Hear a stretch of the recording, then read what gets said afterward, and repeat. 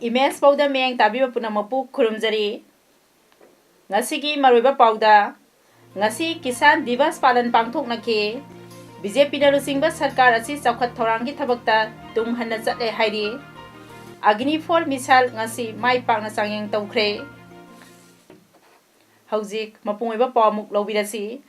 Bharatki manga suba Prime Minister Oiramba Chaudhuri Charan Singhna laumi miyam gidamakta khanjaramba amadi laumi singgidamak paikhat piramba kayabo ikai khumnaba oina Bharatki mafam khudingda December 12 bu Kisan Divas haina palan pangthoknabagom thauramasi KVK Thawal nasu sinduna Thawal Khangabok ta leiba department asigi office complex ta pangthokre Thauramaduda Khangabok Jilla Parishad member KH Rajmohan KVK Thawal gi head su oiriba senior scientist Jes Marani Sarangthem National Level Crop Awardee M Ibesawi Devi Amadi State Level Crop Awardee L Rajendrana Athoiba mithungsing oina saruk yakhe Thaurangi saruk ama oina KVK Thawalgi Maikaidagi Kaksing amadi Thawal Jilla anigi manungda leiriba Farmers Club Nepal gi khuthangda laumi singda input sing yanthokhe amadi laumi singna puthokjaba pothok sing utpa stall mapanna saruk yaba mela amasu hangdoktuna farmer singi interaction thoramsu pangthokhe Athoiba mithung oina saruk yarduna Jilla Parishad member KH Rajmohan phongdokhibada ngasi khunai asida leibak asigi senmitlonda asoba thodang lauriba laumi singbu hanthana yengba amadi sarkar gi thabak tawba singbuna ijat laina ubagi chanabi ama lairiba ase semdok patangai phade masida laumi isel inau singi chawrba thodang lai haiki haibadi government gi service toriba mayambu respect toba koi suri nonliba koi chinja bu thoiba darka leba sing akoi gi mioi ba king sangli ma chak sing piriba singbuna hanthaba thakte yengba masi koi gi society sigi sanabini masi honganba masibu awonba changes ama porok wai basi kanagi kutta leire haiba matamda masi mangdeling sin biriba koi nauna yamna progressive oiriba farmer sing amadi club singna koi kutta leire KVK Thawalgi head Jes Marani na hai KVK na laumi singda achouba potlam kayagi khudong chaba piba ngamde adumainamak anoba technology kaya sizinaduna pothok kaya puthoknaba honabadadi KVK gi chawrba thodang lauri haikhe Veterinary Department, Horticulture Department kumbana yamna scheme achaw bole raga yamna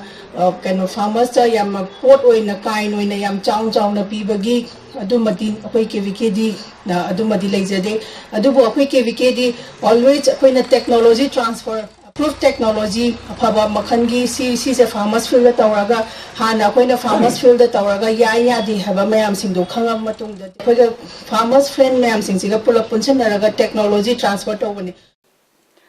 Opposition ki member Pasoi Kendra ki Congress ki MLA AK Mirabai na haikre haujik paliba BJP na lusingba sarkar asi chawkhat thorangi thabakta tung hanna chatle chawkhat thorangi thabakta mangjil thaba ngamdre wafamasing asi Sagolban Sayang Pukri mapanda leiba Usa Bhawan Club ki western part ta nongna saba sanglen ama sangaba gi thoramda AK Mirabai na phungdokhibani Mirabai na makha taraduna paliba sarkar asi miyam gi thabak tawdre wa khaktamak nganglaga leire sarkar asina paikhatliba khungang chatlo go to village haibasigi program da chamagi manungda manga phawba miyamda kanaba phangdre AK Mirabai na makha taraduna mukhyamantri na tha khudingi miyamgi numit amadi singgi losingba singi numit pangthokliba asida miyoi kaya kanaba phangkhrabage sarkar asi sinda thabak tawduna leire wa khakta nganglaba miyamda kanaba piba ngamdaba sarkar oire chawkhat lamjel da tung inna chatle Masina miyamda kanaba amata phanghanba ngamdre laingak sasangi khwaidagi maru oibadi sarkar ga miyamga gi marakta afaba mari thambani masi laingak asina khangba mathau tai chawkhat thorangi maikaida tung hanna chatiba asina miyamna sarkar asida asa tawnadre hainaso MLA AK Mirabai na phongdoknakhe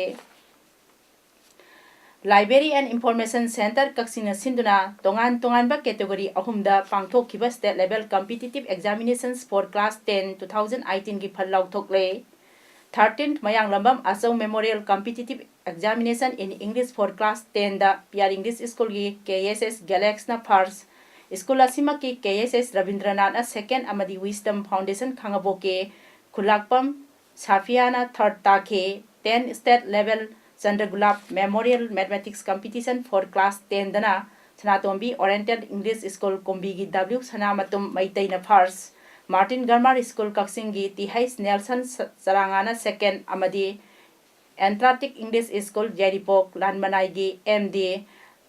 Ayaman Khana third take first Mayang Rambam Bimol Memorial Competitive Examination in Science for class 10 dana Antarctic English School Jaripok Lanmanaigi MD Ayaman Khana first Eastern Star Higher Secondary School Khangaboke M Rajen Maitaina second aduga PR English School Kaksingi Mahairoi ani and Jamie Devi amadi KSS Galaxna third take Makok mathang ahum suba tarbasingda mana pibagi thoram lakliba tang kuntragi ayuk pung nipan tabada library auditorium da pangthokani haire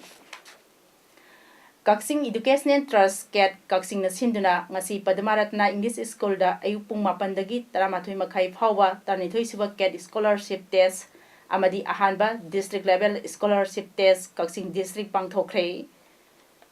Ngasigi testing asida apun mahiroi chani yangkhai na saruk yakhe makhoi gi manungdagi overall category da interview bidamak mahiroi taramanga amadi government school category dagi mahiroi taruk khangat khre haire Institute of Computer Training Center ICTC Thawal athokpamna mahiroi singna masa masa gi tunggi afaba phirep laujaba ngamnanaba pandamda Students Career Counseling gi program ama athokpam awang lekai da leiba DLYC club ki hall da pangthokre Thoramadda Social Scientist Dr. Danavir Raisram, Social Worker L. Domain, TMC Ward Number 5 Amadi 15 gi Ward Member AK Herojit Amadi L. Besojit Su Saruk Yake. Thorongi Mapung Oiba Saruk Ama Oina Social Scientist Dr. Danavir na Mahiroi Singda, Matam Manghandanabagi Tangai Padaba Kaya Amadi Aset Papidep Amagaloinana, Punsigi Pandam Amathambagi Tangai Padaba Kaya Gimaram da Wangang Ke. Saruk yakiba mahiroi singda ICTC gi maikaidagi certificate singsu yanthokhe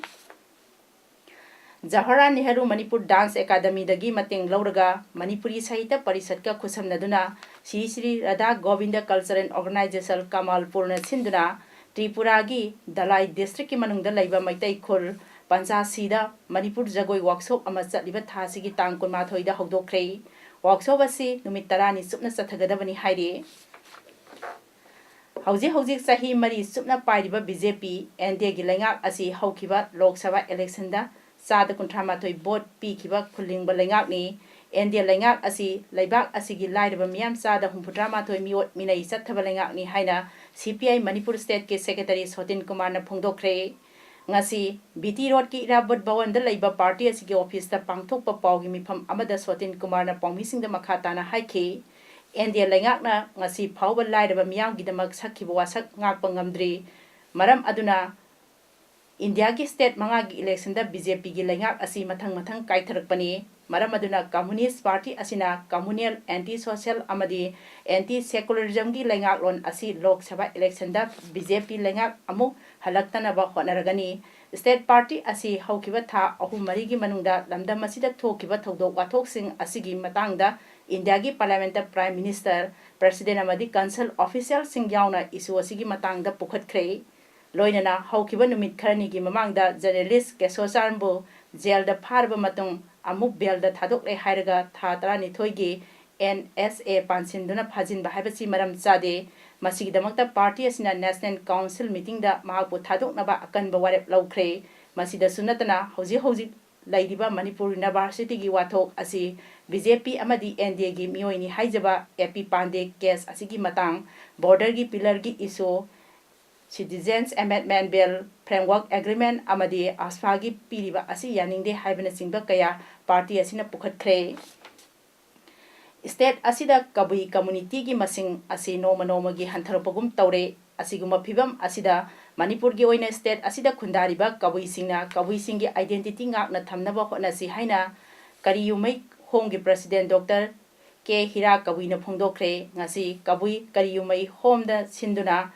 to protect preserve and promote kabui identity haiba hiram sida kabui people's convention nama Gandhi Memorial Hall da pangthokpagi thoramda saruk yaraduna wafam asi mahakna phongdokhibani ningthau singi haktak tagi kabui Manipur sembada asawa thodang lauduna lakle kabui phurup asi ngasidi mangkigadra haibagi akiba ama lakpana phurup asi kananaba convention asi pangthokpani kabui singi oina chatna lonchat chakcha yuthak phije chakcha punamak asi ngasigi mirol singa punna ningthina masak khangminabagi tangai phadaba lakle kabui di kabui oina leijagani aikhogi culture chaukhatnaba lol chaukhatnaba amadi miyam nungsi sanana laiminanaba pukchel sengna hiram khudimak thabak tawminasi hainasu appeal tawkhe Kaksing District BDF Welfare Association gi meeting ama ngasi pangthokre BDF personnel singna ayuk nungthil khaidina police MR IRB ga manana duty tawrabasu apikpa talab phangli adubo pikraba talab asi phangdaba tha ahum sure maram asina athubada state government na BDF singi pithoktana lairiba honorarium pithokpio handaki assembly miphamgi mangoidana Manipur gi minister MLA singda BDF ki honorarium police constable amagi phanglibagi sada humphudra manga pibinaba khanabinaba haijaki adubu laibak thibadi hiram sigi matangda minister MLA amatana assembly da pukhatuna khanabi khidaba asi thamoi sokna nungaitaba phawi BDF ki issue asi state government na loisindriba phawba atai state force lobiganu issue asi gi matangda Kaksing district ki manungda lairiba MLA minister singda memorandum piduna assembly da pukhatuna khanabiduna haijabada tabi kidraba MLA minister Kaksing district BDF welfare association na boycott tawragani Makhatana All Manipur BDF Welfare Association Lauropa Warepta Kaksing District BDF Welfare Association Sagotkani Hainasu Association Asina Thadropa Serol Amana Pongdorakle Mission Organic Value Chain Development Northeastern Region MOVCDNER Manipur ki Makhada Rima Put ngasi Horticulture and Soil Conservation Minister Tihai Syam Kumar na sangakre Sangaba asiga mari lainana Imphal East ke lairik yengwam laikai da leiba Henjabam Community Hall da pangthokpa asamba thoram amada Minister Syam Kumar na hai ngasi sangariba Rima Phutki Integrated Pack House asina state asigi semilon da sauna kanaba piba ngamlagani asigumlaba factory masa masa sing asina laikai da thamduna honarlaba matamda state asida jinjak ta mipal tangduna hinglamba adu kokpa ngamgani loinana lamdam masida putholiba pothok sing organic ki pothok oina puthoknaba aikoi punna hotnaminase chemical ka hena yaubuna miyamda haksang sok padanatana makhal makha kaya gi laina nahale khunai asigi oina inkhalakliba mauna ha kayana kwa jardar chadna haksang sokaliba asi tawbigano kwa sabagi mohota afaba mana masing oina sabagi hainabi thamse mapaldagi pusilapa pothok sing amadi mitopna saba potlam singbu karimata thijandana hekta pamba aduga lamdam asida puthokpa pothok singbuna hanthana yengba amadi pamdabagi hainabi oiriba asi thadokpa matam oire iramdamda puthokpa pothok sing aikoina yokhatpa mathau tai haike thoromaduda Department of Agriculture ki Director PH Rajendra Department of Horticulture and Soil Conservation ki Director K Kebjen amadi Laifam Khunau Gram Panchayat ki Jilla Parishad All Olensu saruk yakhe Lakliba tang kungani pan phawgi manungda DPC ki phal lauthopiu haina lisingani ta taruk base police constable recruitment Jent base ke spokesperson yungkhaibam kiranna pawmising da phongdor lagli ngasi base asigi candidate singna major khulda chathakhiba protest amadam hakna makha tarduna recruitment asigi phal hojik phawba haidok taba asina candidate singda yamna ningamdaba pohalle sahi taruk helaba phawba haidok tana thambiriba DPC ki result asi athuba matamda haidok naba hotnabiyo hojik Manipur sarkar na kauriba tongan ba department singi thabak asida matang kuina haidok pidaba asina maram oiraduna candidate sing S bar oibana atopa thabak tawbagi asa laitre maram aduna sarkar na lagliba tang kungani pan phawbagi manungda candidate sing asigi khanbiduna DPC ki phal lauthopiu natrabadi makhal makha kaya gi khongjang sangsen gani haire Thawal district ki manung chana leiba hairok turel gi phibam ngasi water resource minister Letpau Haukipna lusingba team amana hakthengna satuna yengsin khre Yangsin Kongset aduda hairok SCG MLA su oiriba education minister T.H. Radhesyam su saruk yakhe Kongset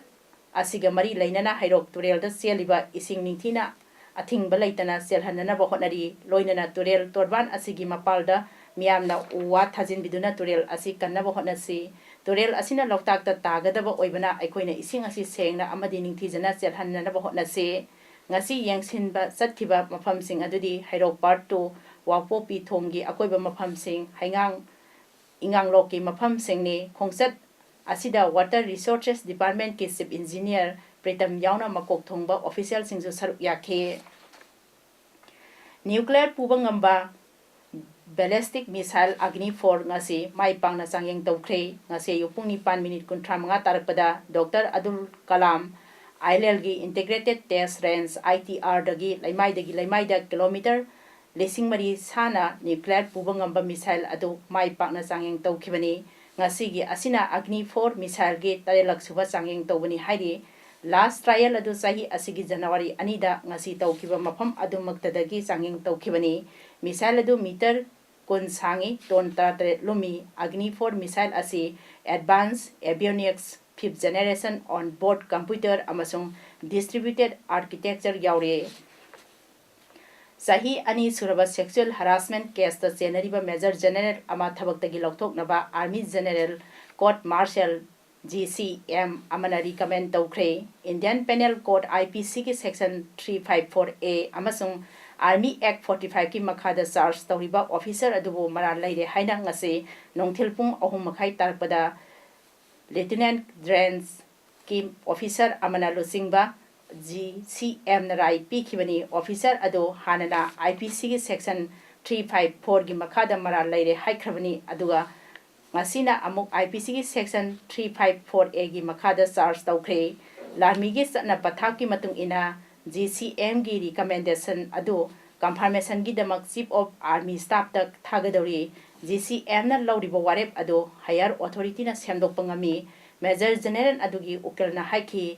GCM na defense case ta yengsin khide evidence ki wafam singbusu matik chana yengsinde amasung warep adu yamna thuna lawki Kristakum lisingani tarataruki loisilakpa matamda thogdok adu major general aduna notice ta thabak tawringai da thokibani chenariba major general adu sahi kharagi mamangda Indian army na pangthokiba surgical strikes da yakhibani lisingani tareta nupi officer amabu yoga tambibagi class amada major general aduna mafam chadabada soki haina maral sikhi hauzik aroibada maroiba pau amuhana ngasi kisan divas palan pangthokna ke BJP na lusingba sarkar asi chawkhat thorangi thabakta tung hanna chatle hairi Agni 4 missile ngasi mai pakna changyeng tawkhre ngasi damakta di image paudam pijaba loisinjare miyang tabiru na mopo amuka hana khunjari